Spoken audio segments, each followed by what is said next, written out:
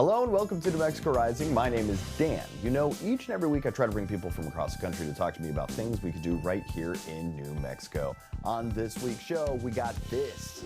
And if you're looking for a vacation spot, maybe some beaches, vibrant culture. I usually recommend that when you're buying a toy for your dog or your cat, that you find ones that give them challenges both mentally and physically. All that and more right here on New Mexico Rising.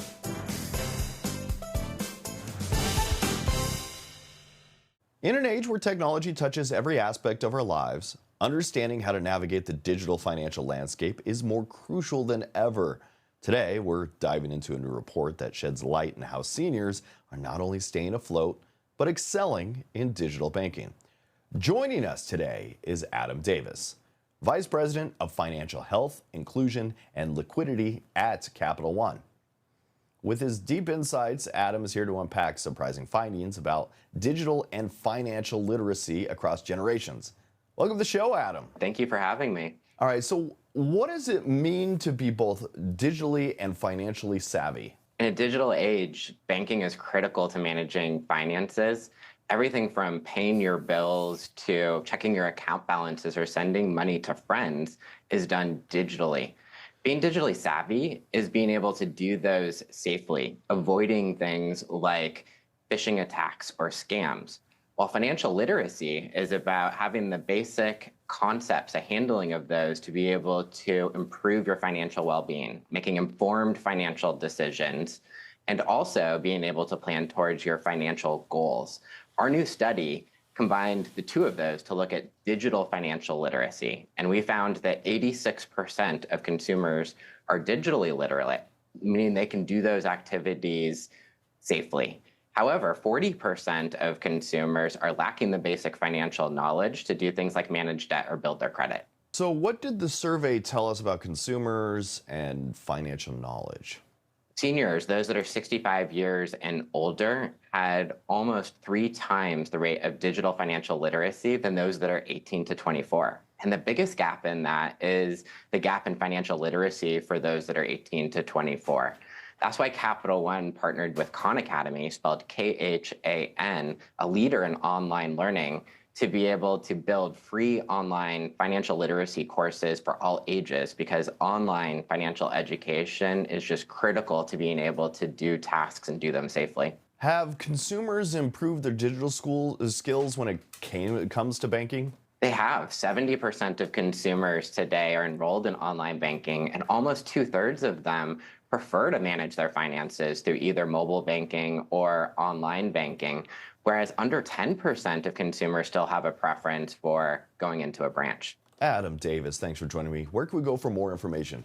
Go to CapitalOne.com and search for Khan Academy. You'll find more info about the survey and the courses. Thanks for joining me, my friend. Thank you. The Nazi Holocaust during World War II is one of the most researched and documented genocides, but it's not the only instance of genocide in history. Our guests believe that knowledge of the early warnings that may lead to genocide is essential to prevention, and have created a space for survivors and their descendants from various parts of the world, including Armenia, Guatemala, Bosnia-Herzegovina, Rwanda, and Burma, to recount the harrowing stories of survival in the face of one of humanity's greatest crimes. The Illinois Holocaust Museum's new Spagat Family Voices of Genocide exhibition focuses on survivors and descendants, sharing what they and their families witness in hopes of making a difference. So joining us live from just out of Chicago is the Holocaust Museum's Senior Vice President of Education and Exhibitions, Kelly Szany, and Museum CEO, Bernhard Cherkasov, who fled ethnic violence in his native country. Welcome to the show, you two. Great to be with you. Good to be with you. All right, Bernhard, tell us why the museum and its work resonates with you. As you said, when I was 13 years old, my family fled ethnic conflict in our native land. And as we traveled across thousands of miles in many countries, it wasn't just us that's part of that story. It's the other refugees who fled before us and passed down notes on survival. It's the individuals we encountered along the way who helped us and show us support and kindness. And this kind of emphasis on individual stories to tell narratives of broader conflict is what this museum is known for. It's what the Holocaust survivors who founded this museum wanted to use to tell the stories of the Holocaust and other genocides. Kelly, can you tell us about the new exhibition and its purpose? Sure. So the Spaggett Family Voices of Genocide exhibition, it's been 4 years in the making. And ultimately, really, the hope is that visitors walk away from this exhibit, maybe understand a little bit more how and why it's possible for genocide to happen, but using the testimony of these witnesses, learning about the common conditions and early warning signs that we can identify of genocide and ultimately work ideally towards prevention. So why do you feel it's so important to share these stories? Yeah, it's important to share these stories because sometimes when we think about the Holocaust or genocides, these seem like almost inevitable events in human history. But the real way that we can understand and prevent future genocides from occurring is by focusing on individual stories, on the stories of the human scale, stories of perpetrators, of collaborators, resistors, rescuers, bystanders, and victims themselves. And these are the stories that we're telling at the Voices of Genocide exhibition here. So how can we all help prevent genocide like those in the exhibition from happening again? So I think it's so important when you're coming to learn from this exhibition that you take with it not only the lessons that our survivors have to share with us, but also those early warning signs of understanding when you're hearing or perhaps seeing on the news propaganda or divisive ideology or rhetoric, when you're perhaps seeing a government use authoritarian power to separate and exclude individuals. These are those small steps. Ultimately, genocide, as Bernhard alluded to, isn't inevitable. It is a process, and learning those early warning signs can help us intervene and ultimately work towards prevention long before that killing and mass violence begins. So how else is the museum educating the public about these and other genocides? So we've really been committed to our mission, our tagline, which is to remember the past in order to transform the future. And so whether that's through training of students and educators, to law enforcement, to a range of public programming, to our special exhibitions, to our core exhibits that we see here today, we're ultimately also trying to preserve and capture and share survivor stories, because that's the best way to connect with this history is through firsthand witnesses. And so we've taken to merge holographic technology, virtual reality technology with survivor stories, whether that's the Holocaust or genocide, to share not only the history, but the lessons these stories have for us for generations to come.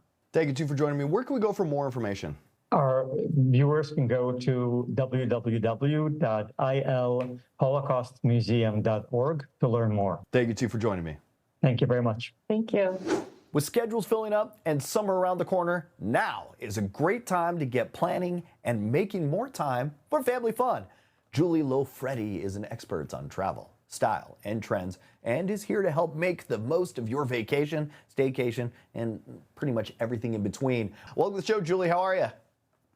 Hey, thanks for having me. All right, Julie. What's our first step to planning an amazing summer with my family, or just myself, I guess? So I'm a big trip planner, so I'm always researching and taking advantage of all the great reward programs out there. Right now, I'm using Booking.com's Genius Loyalty Program. It offers exclusive travel rewards, whether you're planning a trip abroad, your backyard. Simply create or log into a free Booking.com account. Genius Level 1 status is unlocked and instantly access rewards and 10% discounts across select car rentals and thousands of places to stay. And if you're looking for a vacation spot, maybe some beaches, vibrant culture, well, Puerto Rico is all that, plus no passport required for U.S. citizens. And I love the rich cultural experiences there, the island's art scene, cuisine, music, and more.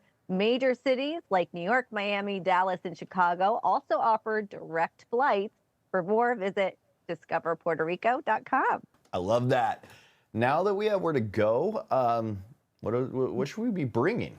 Yeah, we need all the essentials. Favorite devices, personal items can really enhance your trip, but forget the bulky stuff. With Kindle Scribe, your entire library of books and journals is at your fingertips in one lightweight device. You can read and write glare-free, even in direct sunlight, by the pool.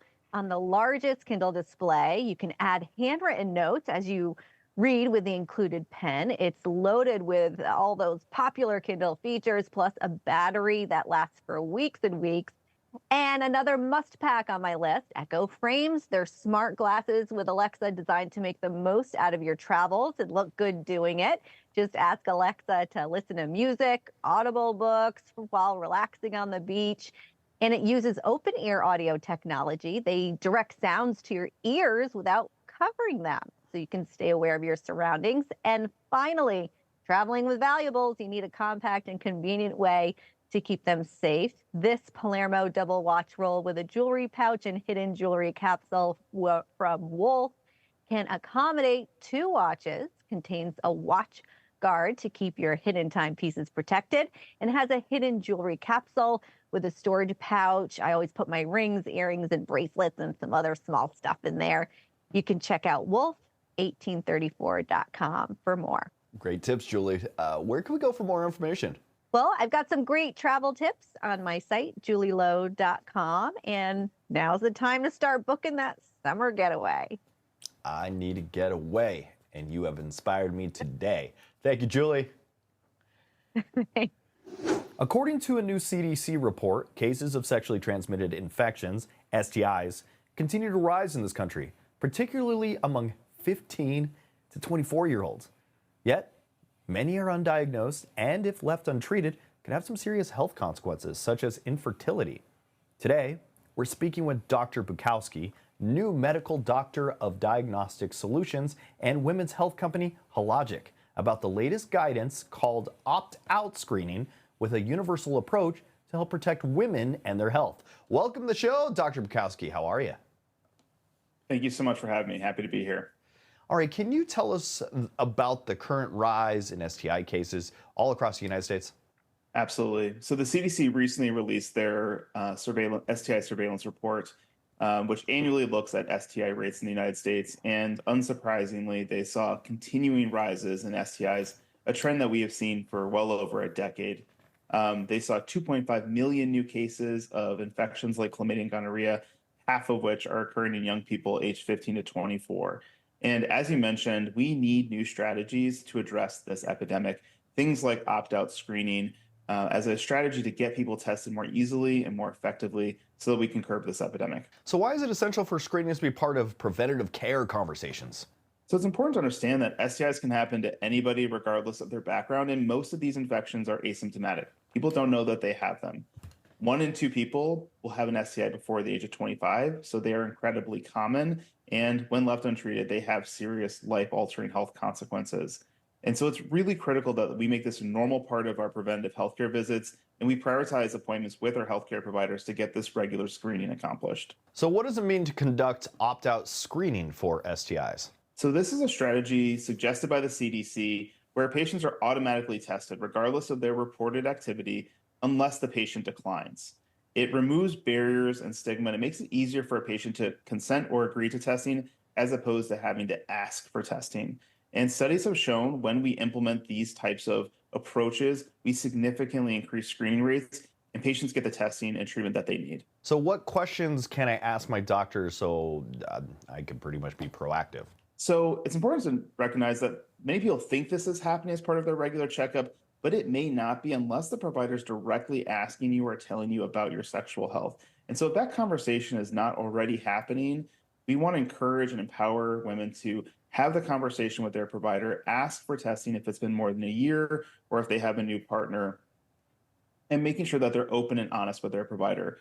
The more information your provider has, they're able to make better decisions and recommendations for you and how to prioritize your health. But if the conversation's not happening, we do have to take the onus and make sure that we're asking for this really necessary testing. Dr. Bukowski, that's really good information. Where can we go for more?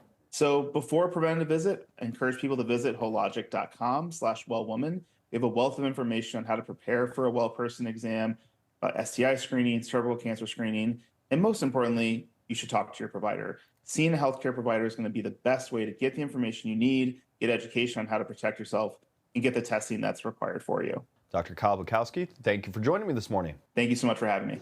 In the spirit of National Women's Health Awareness Month, we are focusing on empowering women with the knowledge to take proactive steps towards better health. So joining us today is Dr. Franziska Haydenek, also known online as Paging Dr. Fran.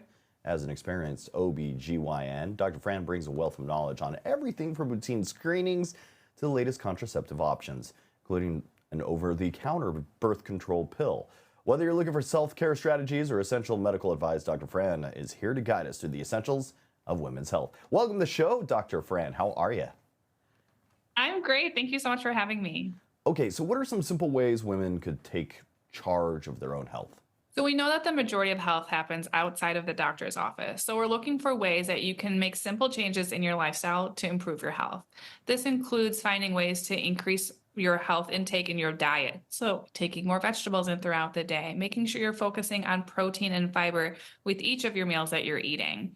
Finding ways that you can move your body that feels good to you, whether that means getting more steps in throughout the day or finding a stretching routine that makes you feel good.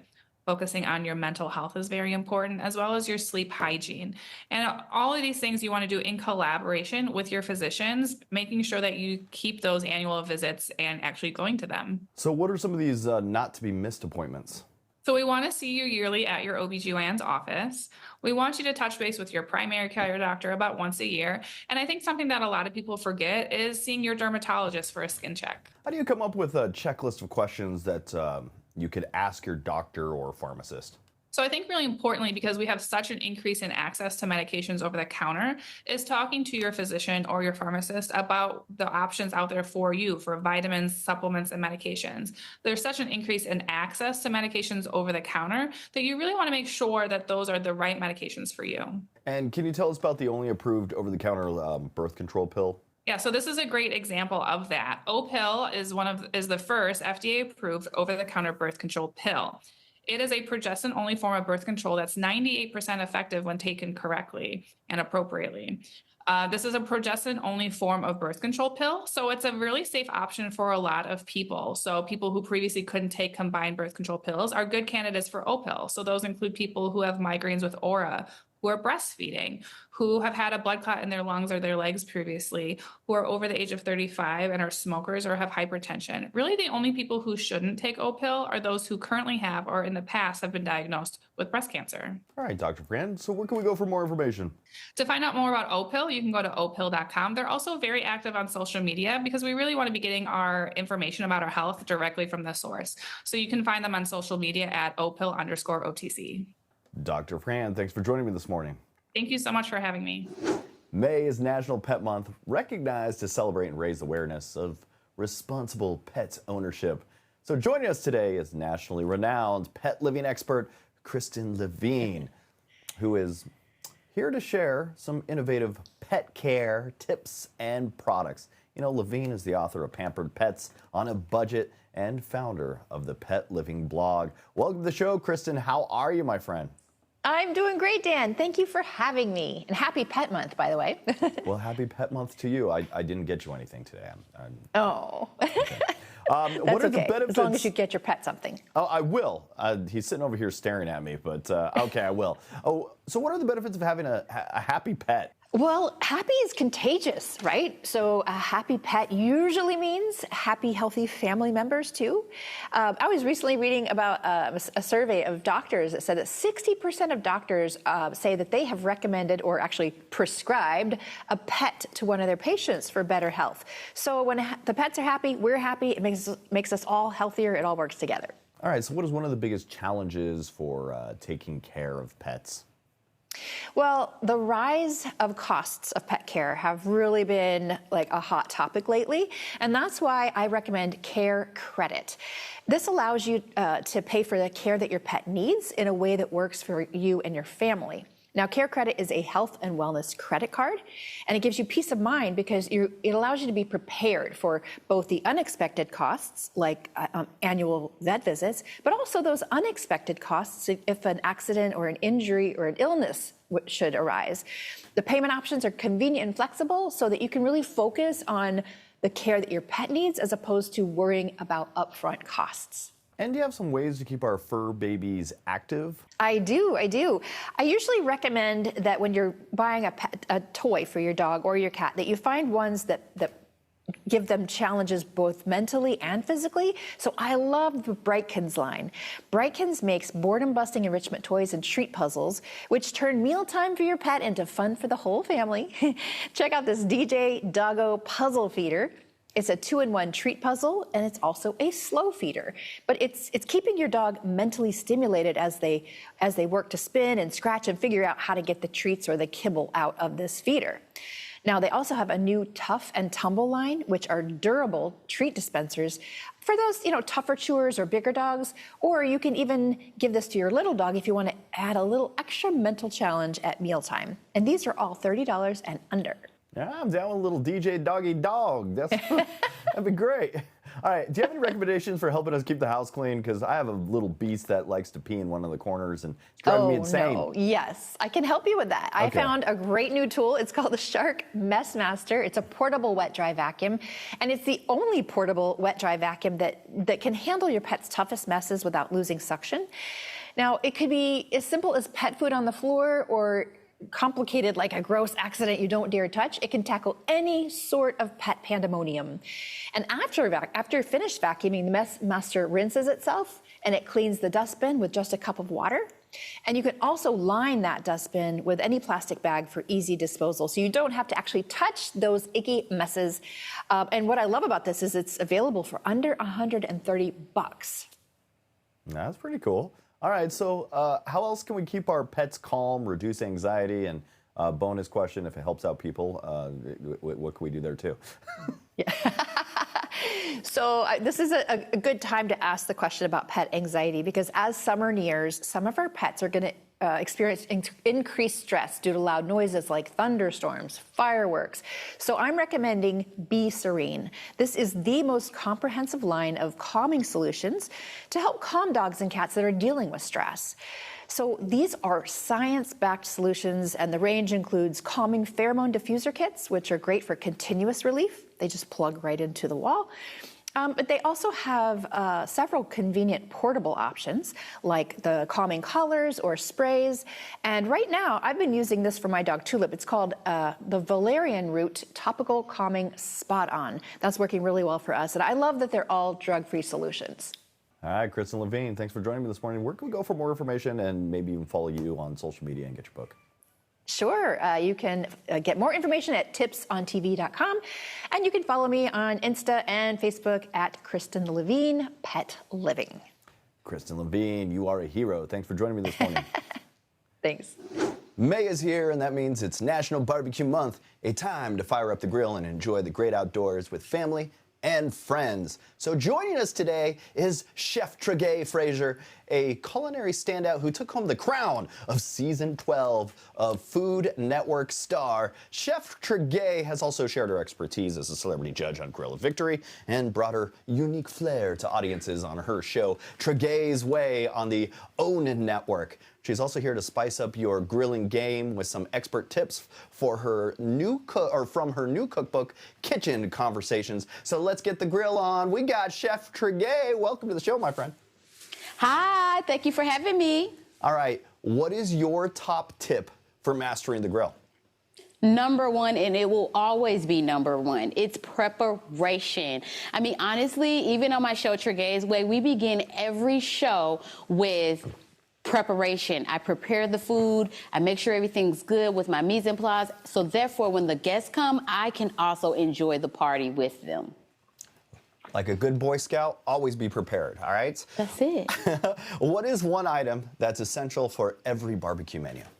I feel like, Dan, you may be able to even guess this one, but I'm going to just go for it. It's going to be Bush's Baked beans. Bush's baked beans. All right. Yes. As much as I love a good barbecue dish, the side dishes are where it's at, and Bush's baked beans are the side of a good time.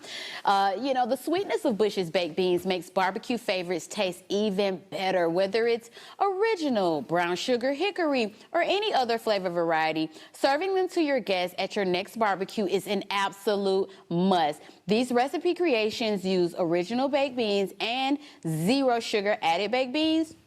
So Bush's baked beans are incredibly versatile and can enhance almost any barbecue recipe. I don't know about you, Dan, but I love Bush's baked beans. I gotta have them at every barbecue. I love them, actually. Yes. I know barbecuing is a lot of firing up the grill and waiting. Can you share some time-saving tricks for grilling, if that's even possible? Absolutely. I mean, bird's eye is where it is. If you want something time-saving, you're going to go with bird's eye for the win.